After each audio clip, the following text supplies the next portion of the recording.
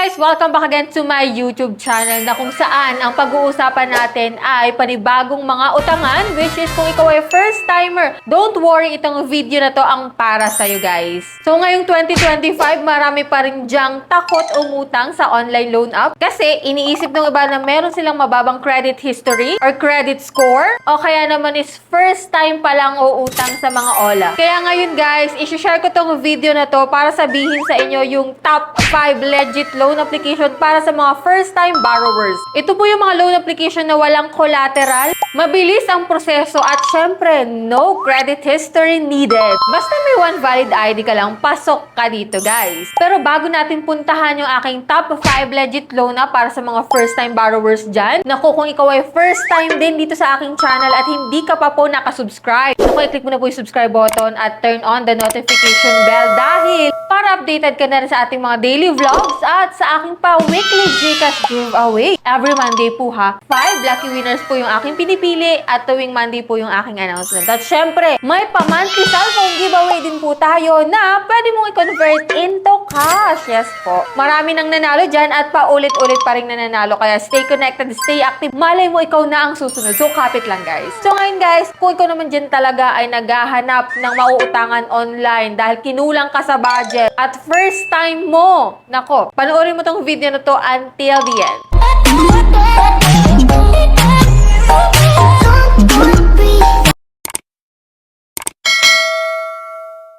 So disclaimer no, hindi po tayo agent or promoter ng mga loan application na babanggitin ko dito guys. Ito lamang po is based on my experience at syempre sa experience na rin ng mga viewers natin na nakautang sa mga loan app na ito. Dito guys, nasa sa inyo pa rin naman yung desisyon kung magte-take kayo ng loan dito guys. So ito ay suggestion lamang at wala itong sapilitan. So dito guys, hindi ko napapatagalin pa. Syempre itong mga loan application na to is available lamang sa Google Play Store para accessible sa lahat. So ito guys, number 1. So, una na sa listahan natin guys, which is legit at SEC registered. At syempre, kung ikaw ay first time borrower, nako, tamang-tama itong loan application na to kasi user-friendly to. So, ito po ay si Tala Philippines. Madaling makautang from 1,000 to 25,000 po yung offer nila. Pero syempre, kapag first time ka, medyo maliit pa lang yan guys. And dito guys, hindi po to 7 days ha. Ito po ay sumaabot ng 15 days to 30 days ang unang repayment mo. At syempre, pwede ka rin dito maka-earn by referral.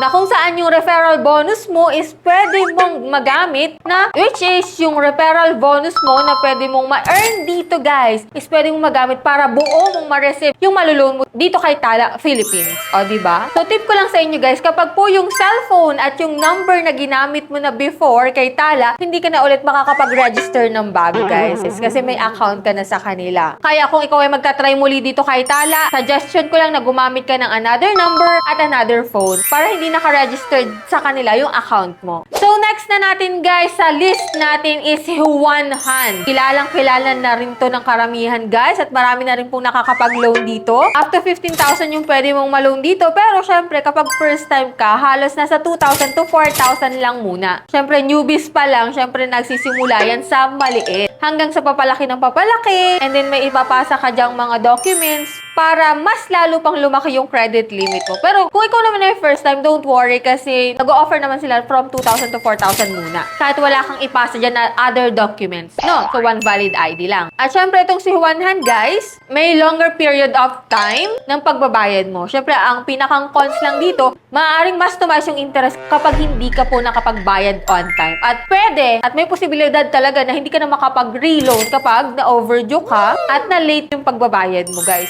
Isang posibilidad yun. Kaya, ingatan mo kapag maglo-loan ka sa mga olang ganito. Ayan, dako na tayo dito sa pangatlo natin na loan application na pwede sa mga first-time borrowers na nag-aalangang umutang sa mga ola kasi baka mababa yung credit score nila. So, ito guys, is si Kashalo. Kung ikaw ay first-timer from 1,000 to 10,000, yung pinakang offer sa'yo. At itong si Kashalo guys ay isa sa pinakamatagal na loan app na rin ngayon na ginagamit ng karamihan. Syempre, ang requirements dito is one valid ID, Gcash or any bank account para para doon mo ma-receive yung pera mo, guys. Syempre, ang pros po nito, may multiple services siya sa kanyang application. May financial literacy features din po ito na hindi lang basta about sa loan, guys. And syempre, ang pinakang cons nito, mababa lang talaga ang pinapaloan niya kapag ikaw ay first time. Kaya huwag kayo mag-expect na big amount agad yung i-offer sa inyo dito, guys. So, dako na tayo, guys, sa pang-apat na loan application na pwede sa mga first-time borrowers na no need na ng credit history ay si Mabilis Cash. Yes, from the word itself, mabilis. Mabilis din po ito mag-release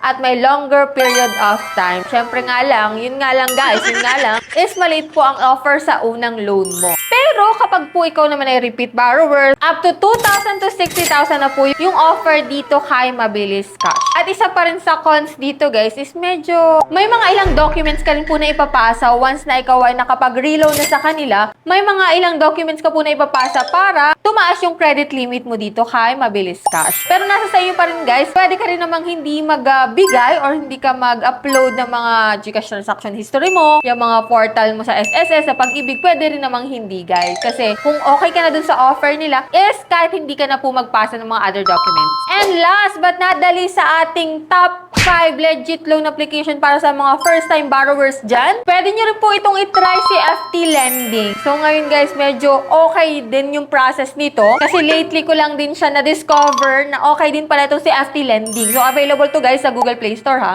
So ang offer nito guys is from 2,000 to 50,000 pesos. Syempre wag ka mag-expect na malaki ka agad yan sa first time mo. Hindi po ito pang 7 days lang unlike nung mga nakikita natin dyan ng mga loan app, no? Ito po ay merong longer period of time din ng pagbabayad. At syempre may higher credit limit once na ikaw ay nakapag-reloan na sa kanila. So dito guys, yan po yung ating top 5 legit loan application para sa mga first time. Syempre kung ikaw dyan ay nagbabalak na umutang ulit, syempre alagaan mo yung iyong credit score, yung iyong credit history. Kasi once na ikaw ay first time tapos hindi ka on time magbayad, lagi kang overdue, lagi kang pa-late payment, nako, maaaring bumaba yung iyong credit history, yung iyong credit score hanggang sa hindi ka na makapag-reloan or hindi ka na makautang sa ibang loan application. Kaya ingatan mo yan guys. Kung ikaw ay first timer pa lang na uutang sa OLA. So dito guys, yung mga OLA na nabanggit ko is depende pa rin yan kung maglo-loan kayo dyan. Pero hindi ko kayo pinipilit. Nasa sa inyo pa rin yung desisyon. Matuto tayong mag-review or magbasa ng review sa mga loan app na itatry natin. Huwag tayong dumepende sa mga sabi-sabi lang guys. So